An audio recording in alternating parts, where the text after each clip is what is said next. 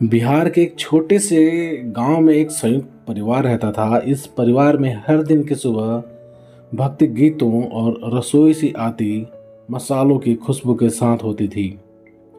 इस घर की मालकिन थी भावना भाभी और उनके पति थे अर्जुन, जो शहर में नौकरी करते थे।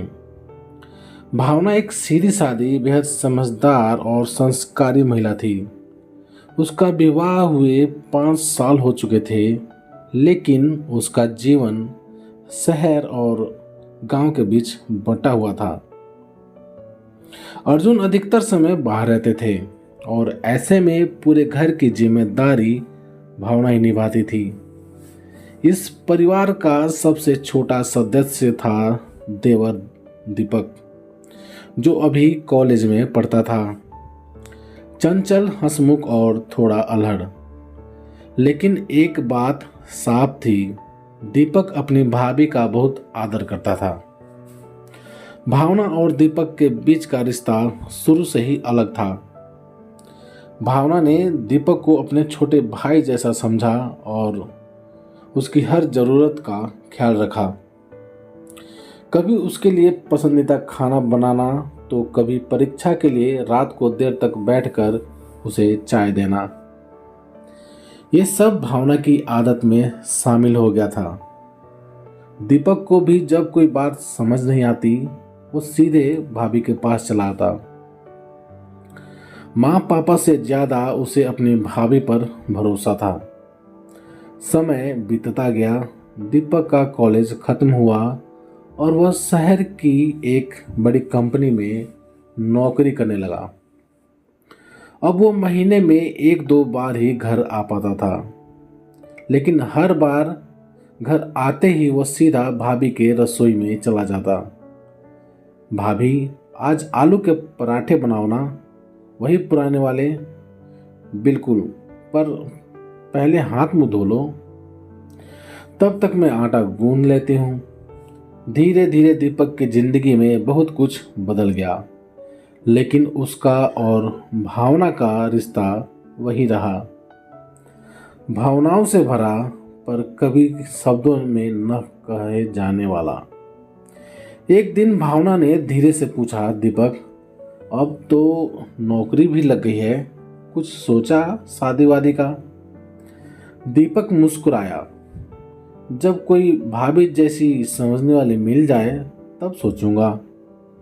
भावना उसकी बात पर मुस्कुराई, लेकिन कहीं दिल में एक अजीब सी कसक सी उठी।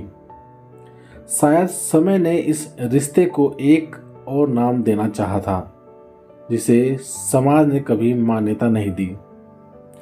अर्जुन अब पहले से ज़्यादा व्यस्त हो चुके थे। घर पर उनका आना जाना कम हो गया था।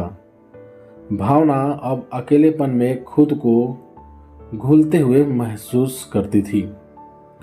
उस समय केवल दीपक के फोन या उसकी चिट्ठियां ही उसे सुकून देती थी।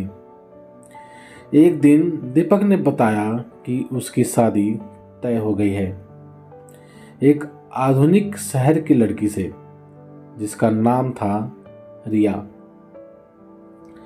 भावना ने खुशी जाहिर की, मगर आंखों में एक गहरा खालीपन था।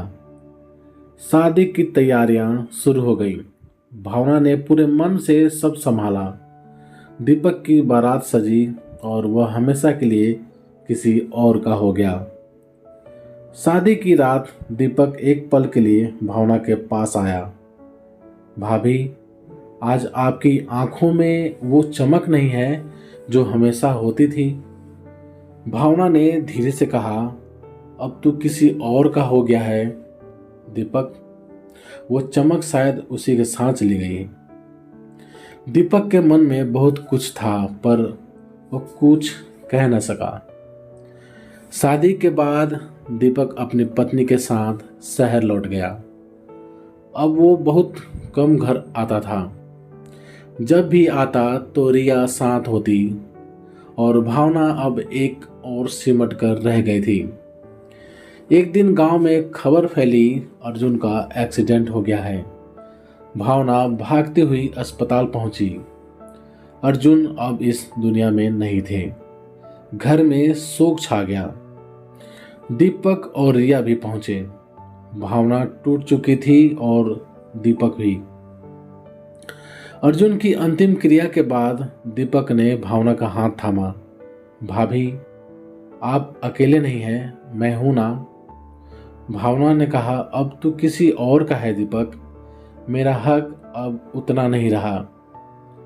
आपका हक कभी कम नहीं होगा, दीपक ने कहा। आप मेरी भाभी थी, हैं और रहेंगी, लेकिन अगर कभी आप मेरी जिंदगी का हिस्सा बनना चाहें एक नई पहचान के साथ, तो भावना ने उसकी बात अधूरी छोड़ दी। समाज के नियमों में बंधा उनका रिश्ता शायद अब भी उतना ही अनकहा था जितना पहले था। वक्त बीतता गया, रिया को दीपक और भावना के रिश्ते का गहरापन समझ आ गया था, पर वो जानती थी कि यह रिश्ता इज्जत, भावना और त्याग पर टिका है। रिया ने एक दिन भावना से कहा, दीदी, अगर आप चाहें तो हमारे साथ शहर चलिए। इस घर में केवल दीवारें बची हैं, जीवन नहीं। भावना बहुत देर तक सोचती रही, फिर उसने सिर हिलाया।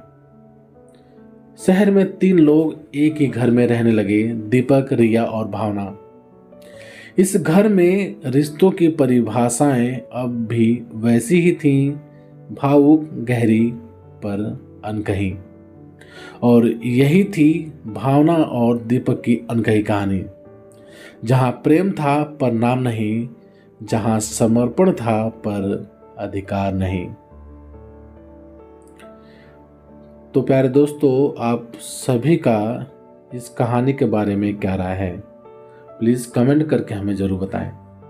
यदि ये कहानी आप सभी को पसंद आई हो तो लाइक करें, शेयर करें, और चैनल पर नए हो तो चैनल को सब्सक्राइब भी जरूर करें। चलिए दोस्तों, मिलते हैं आप सभी से एक और नई कहानी के साथ। तब तक के लिए जय हिंद, वंदे मातरम।